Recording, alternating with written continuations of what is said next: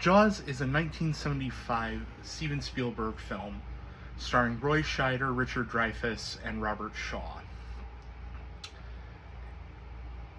The film is about class warfare in a small New England town. No, that's not it. It's about the lengths that a man will go to protect what's important to him. No, that's not it either. Damn. What's it about? A shark? Well, I did not get that at all. Shark was barely in the damn thing.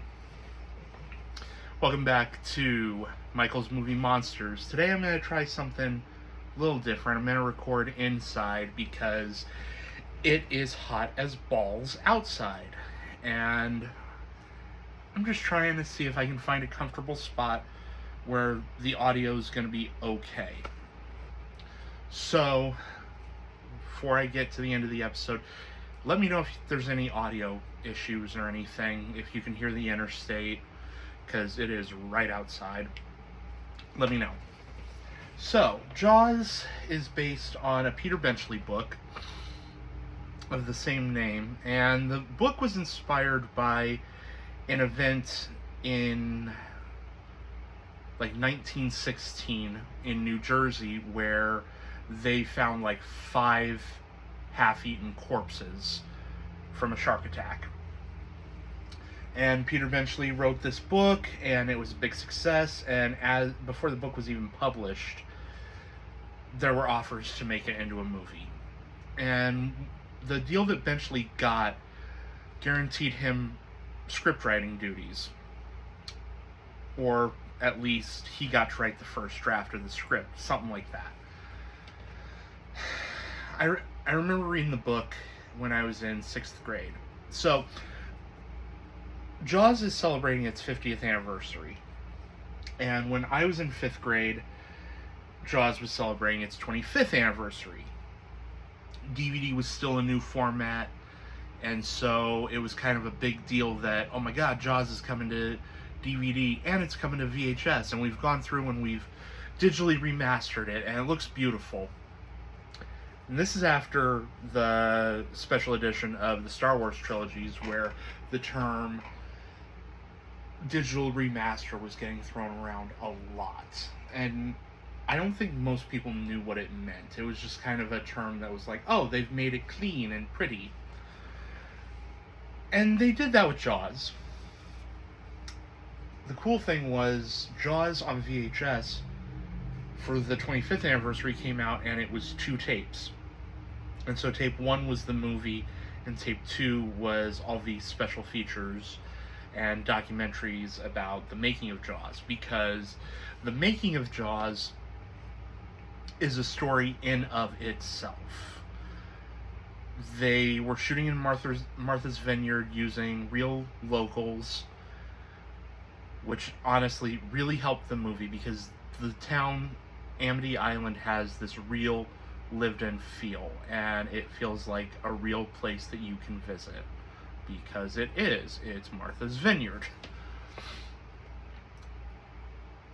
So they filmed there for a bit, but the third act of the movie takes place entirely in a boat on the ocean. And one of the big issues with that was they shot it on the water, on the ocean. They didn't use any studio tanks or anything to fake it, which led to a lot of issues because it rained, it stormed, the weather never wanted to cooperate. You have a second-time director whose previous movie that he made was a TV movie. This was his first studio theatrical film, and he was young. I think he was like 26 or 27 at the time. So he didn't have a lot of experience. And then you got to the shark itself. And they built this giant animatronic shark, and they tested it a number of times in water before they took it out to the ocean. Problem was they tested it in fresh water, and in the ocean it's salt water, and the salt water wreaked havoc with the servos and the motors and everything, and the damn shark didn't work. So there were just a number of days that they would go to shoot and they couldn't.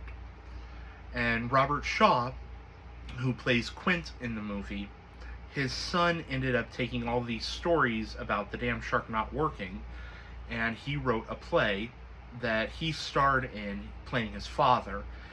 And the play opened in London and then came to Broadway, and the play is called The Shark is Still Broken. I've only seen like tiny clips here and pictures, but I am like blown away by how much he looks like his dad. So the shark doesn't work, and Spielberg, being Spielberg, is like, okay, well, we're gonna shoot around the shark. So instead of actually showing the shark attacking, we'll do the point of view of the shark.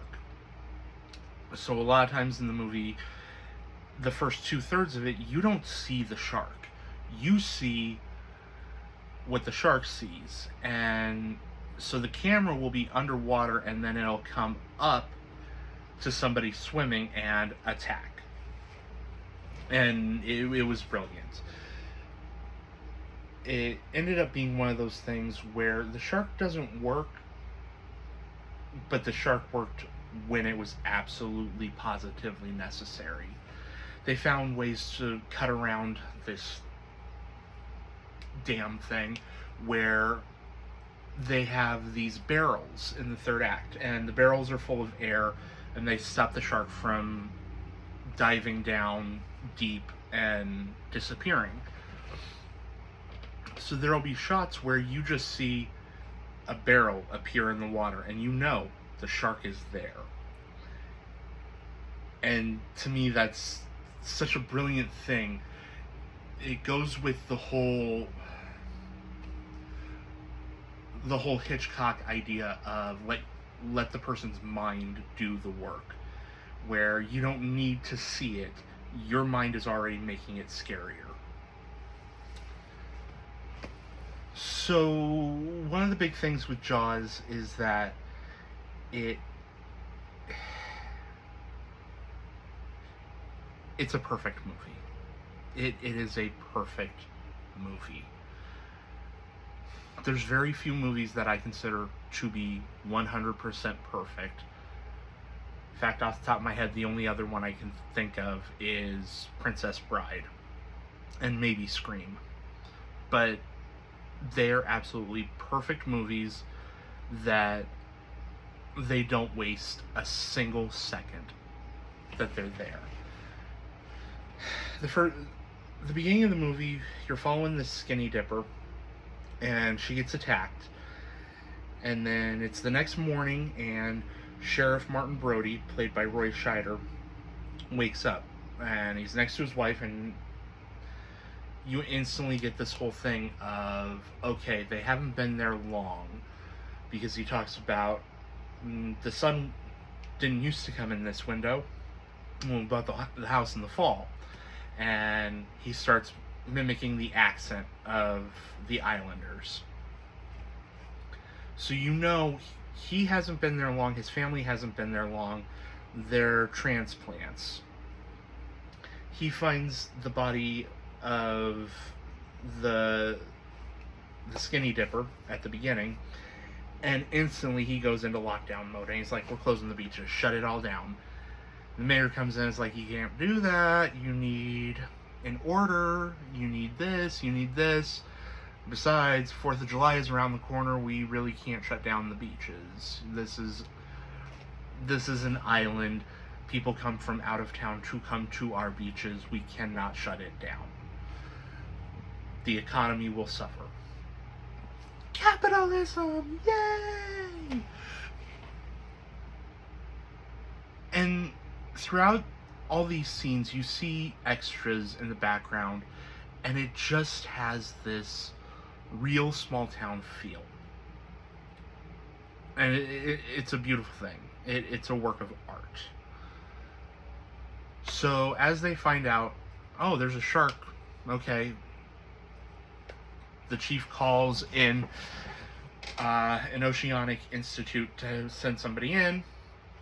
In the beginning of the second act, they send in Matt Hooper, who is Richard Dreyfuss. Now, in sparing bits, we've seen Quint, who is our other lead. Because this is the story of three men. And the movie gives you just enough Quint in the beginning that by the time he comes back in at the end of the second act and the beginning of the third, you know who this is. You have a feel for who exactly this character is, personality-wise, and you're not taken aback by it.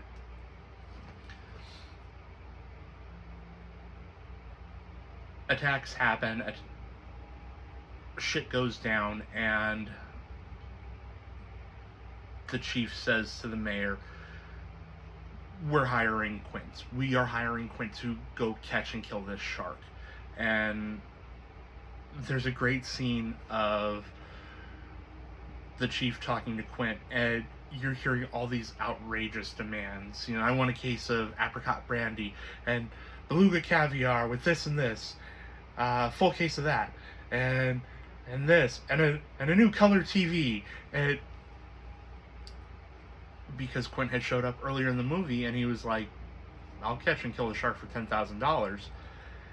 By the time that they're desperate and they need him, he knows he can basically get whatever he wants, and he's using that to his advantage. So the rest of the movie is just the three men on a boat. Throughout the first 2/3 of the movie, you know that the chief doesn't like the water. He doesn't go swimming. He doesn't go anywhere near it. He doesn't like being on boats.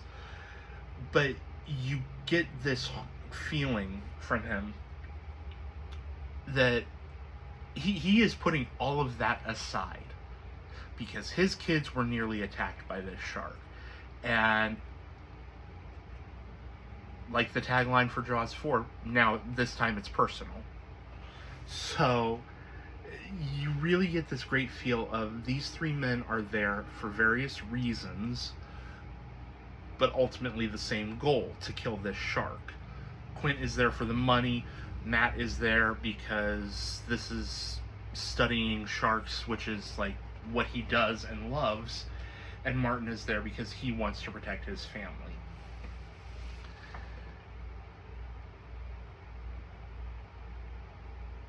So the movie subtly plays at the class difference between the three men, and it's never over the top. It never hits you over the head with, get it? This is what we're talking about. We know that Quint is a blue-collar worker. By this point in the movie, we know that Matt is wealthy and that his parents are wealthy. And we know that Chief Brody he's a police chief. We know that he worked in New York City, and whether it was that things got too violent and he moved his family out for safety, or just that he found an offer for more money in a smaller community, he took it. But you really know that what is pushing him is he does everything for his family. God, it's so good. So, filming of Jaws is a nightmare, and they're over budget. They're over on days. The actors don't get along. The crew is barely holding it together because their big prop and effect just is not working. And it's a real headache. And Universal is kind of like, I don't know if this is going to come together or not. So 1975, they did something unusual. How movies used to work back then is they would show up in Theater A. and they would play for however long. They would show up in theater A in town A, like New York, and it would be advertised, for the next 2 weeks, Jaws. And if it was a success, sometimes it would hold over. They used to say extended release or held over due to popularity, stuff like that. And with Jaws, they didn't do that. So when the movie was done playing in New York, it would move to Chicago or wherever, and it would just tour across the country. And that's how movies used to release. But the 70s was a changing time in cinema in a lot of ways. A lot of people were... You no longer had to be a lifer in Hollywood to make movies. And exploitation and drive-ins were doing gangbusters. So anybody could make a movie. And Universal isn't sure about how this movie's going to turn out, how it's going to be received. They released it across the country all on the same day. Huge gamble doing that, but it was kind of thought that, hey, if we do this, maybe it won't get out that the movie's not good. I don't know, trying to hedge our bets. Because that was the other thing, is if a movie came out in New York and didn't do well, by the time it would show up in LA or wherever, it was dead. The word of mouth had gotten out by that point that the movie was terrible. So they released it wide, everywhere. And Jaws had lines around the block to get in, to go see this. And people waited for hours in line just to see this movie. Lines wrapped around, just huge, which is where the term blockbuster comes from. Because Jaws is not just a perfect movie, it's the first blockbuster movie. The reason we have Avengers in the summer is because of Jaws. It started becoming a thing where a studio could release a movie wide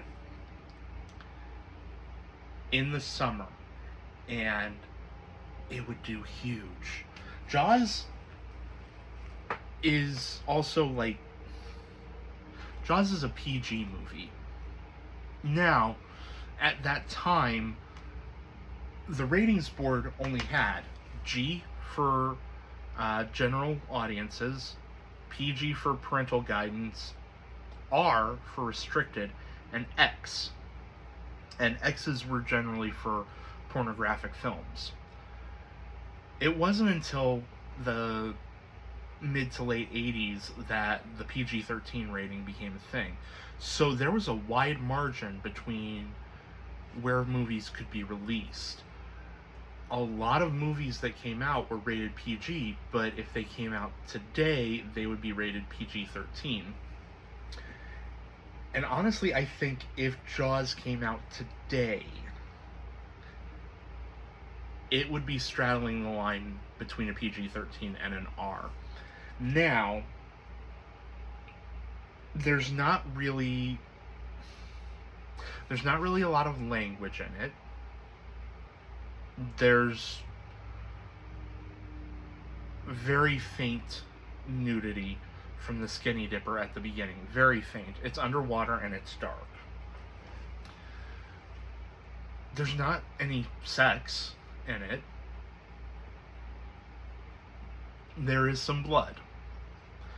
But the blood is always in the water, so it's not like seeing a decapitation or anything like that. And the reason I bring all this up is because I think it's one of those hallmark things about Jaws that is important on, yeah, it's PG. Doesn't mean it's a kid's movie.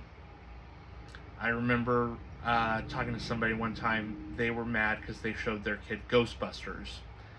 And Ghostbusters has the blowjob ghost.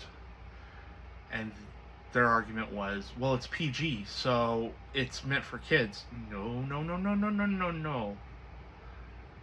PG does not mean it's meant for kids. PG literally means parental guidance. The book. Yeah, let's talk about the book for a little bit. So the book came out by Peter Benchley. I read it in 6th grade after I had seen the movie. My dad had always took me to this book fair in the fall, and he always gave me like $10 to go get some books.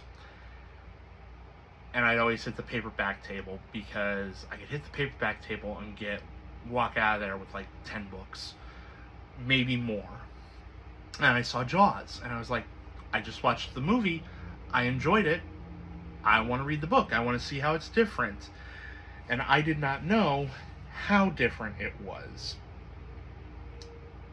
So, remember back towards the beginning when I said Peter Benchley wrote the first draft of the script? Yeah, he didn't write the second, third shooting script, anything like that. Peter Benchley's book, I kind of want to get and reread, because I no longer own it. I want to reread it as an adult. Because as an 11-year-old, I hated it. I remember in 6th grade, I was reading it, and my English teacher said, hey, to everybody doing free reading, today we're going to write about a character from your book, and your prompt is, what character from the book that you're reading do you want to be friends with? And I'm sitting there and I'm going,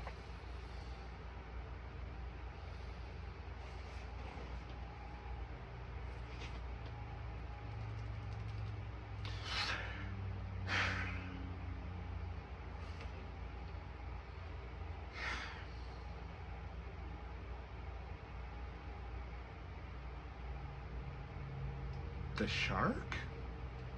I did this whole paper, probably like half a page, about I really don't like anybody in this book, and if I had to pick somebody, I guess I would pick the shark because I want him to eat everybody. Because in the book, Chief Brody is overly serious and he's a workaholic, and he's just constantly grinding and driven, focused on the job. His wife used to date this guy. Actually, we'll get back to that in a second. Matt Hooper comes in, and he's arrogant and really cocky. And he runs into Mrs. Brody. Mrs. Brody used to date Matt's brother before she met Mr. Brody, and they got married. And so she's having lunch with Matt Hooper, and they're having this conversation, and she ends up cheating on her husband with Matt. And they have this whole affair subplot, which in theory is great, because when you get to the third act and it's 3 men on a boat, it's nice having this little bit of drama that Chief Brody knows his wife has been sleeping with one of the men on the boat. And then you have Quint, and I think Quint is relatively unchanged, but he's not somebody I wanted to be friends with when I was in 6th grade. I don't know that I would want to be friends with him now.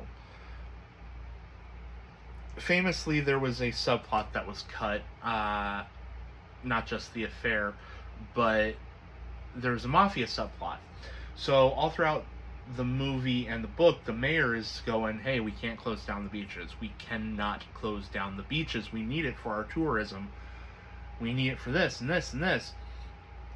one of the reasons for that is because he owes a lot of money to the mafia, and he's terrified that they're going to kill him. So he's pushing to keep the beaches open. It's one of those decisions that, again, I get. I'm glad they cut it for the movie, because I think it makes him a more flawed and interesting character, that his motivation seems to be, no, we need this for the town. There's almost a purity to the mayor in Jaws, because he is focused on trying to do what's best for the town long term. And one of the things is, you've got your chief of police and this other man from out of town. You got two outsiders who've never spent a summer on this island, who are talking wildly about a shark. You've never had a shark attack there your entire life. And the chief keeps going, hey, shut everything down, shut it down, shut it down. The mayor's going, we can't do that. If we shut down, this town will die. We need to keep the beaches open because we need tourism. And as I sit here in my apartment, I think about how our beaches are currently shut down in town because of an issue with the water. And it honestly has me kind of scared. And I think about how all throughout 2020, there was a meme going around that the mayor in Jaws is still the mayor in Jaws 2. Elections matter. But I think I've rambled enough. I have to say, this is a damn fine movie. This is a perfect movie. And check it out. It's available on DVD, Blu-ray. There's a 4K release now. Something funny that I kind of thought of earlier is that there is no box set of the 4 Universal Jaws movies. And the reason I say it like that is because there is a Jaws 5. If you know, you know. Jaws 5 is not an official movie. It is an Italian knockoff called Cruel Jaws, but it also was released under Jaws 5. But there's never been an actual box set that is Jaws, Jaws 2, Jaws 3, or Jaws 3D, or Jaws the Revenge. And it sucks. I would buy an actual box set. But it's available physical media. You can rent it on Amazon Prime for a cost if you prefer to do that those ways. I did watch it on Peacock, because for the 50th anniversary, all 4 of those movies are on there, and there's a big Jaws 50 banner there. The movie starts with like a minute intro from Steven Spielberg talking about how wonderful it is that Jaws has endured and how much he hated filming it, what a nightmare it was, and it was nice. Little side thing, I've always kind of praised the way Peacock does ads for their movies, because if you're gonna have ads, there's 2 ways to do it. There's the Tubi model, which is, we're gonna interrupt your movie for like a minute and just give you a couple of ads and then go back to it. And we're gonna have them placed smartly. Or there's the Peacock model, which is, hey, we're gonna give you like 4 minutes of ads up front, but then we're going to play the movie uninterrupted. And I've always really appreciated that.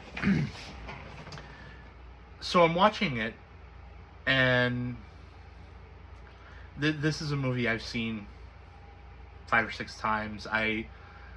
For loving it and thinking it's a perfect movie, I don't rewatch it that much. I watch it every couple of years. And we just get done with the boat scene and Ben Gardner's head and what I think is a perfect jump scare. And Matt comes up to the water, and it cuts to another 4 minutes of commercials, and I went, the fuck you say to me? It was one of those, I didn't watch it on my Blu-ray because I was lazy.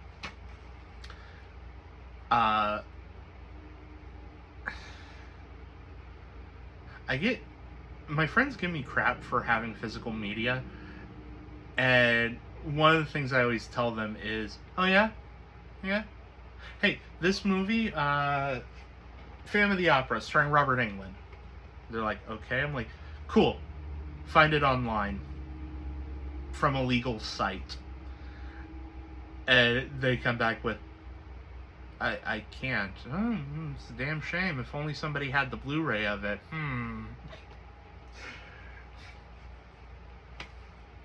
But this is one of the few times that I have watched the movie and been hyped to continue watching the franchise. So I think tomorrow I'm gonna sit down and I'm gonna watch Jaws 2, because I've seen the sequels. I saw them when I was a kid after I saw the first one, and throughout the years I've seen like Dead Meat's videos on the kill counts on Jaws, or people riffing it or reviewing it and recapping the movies, and enough to where I'm like, yeah. And I think I've seen Jaws 2 twice in my entire life, and I always have this feeling of, it's not very good. It's okay. So I think I'm gonna go through and watch the sequels and talk about them a little bit when I get to them. This was Haley's pick for the horror club, so I'm really nervous because I have to come up with something. And she had never seen it. The only reason I knew it was such a big deal that it was the 50th anniversary was because a couple months ago she texted me and was like, hey, when it gets to this time, we're watching Jaws. I've never seen it, and I know it's the 50th anniversary. And I'm like, say less. I'm in. Let's go. Why are we not watching it right now? And I can't wait to discuss the movie with her and get all of her opinions. So, brings us to the end of the video. So there are a few things I want to hear from you. I want to know, how was the sound? Could you hear was the interstate distracting? Have you seen Jaws? Have you seen the franchise? Do you like Jaws? Are you like Haley and you've never seen Jaws and are looking for an excuse to? Are you like Haley and every time I mention you, you text me and are like, you mentioned me in a video? Dork. Sound off below. Tell me, what do you think of the Jaws franchise? Should Jaws have been a franchise? And I will see you all in the next video. Bye.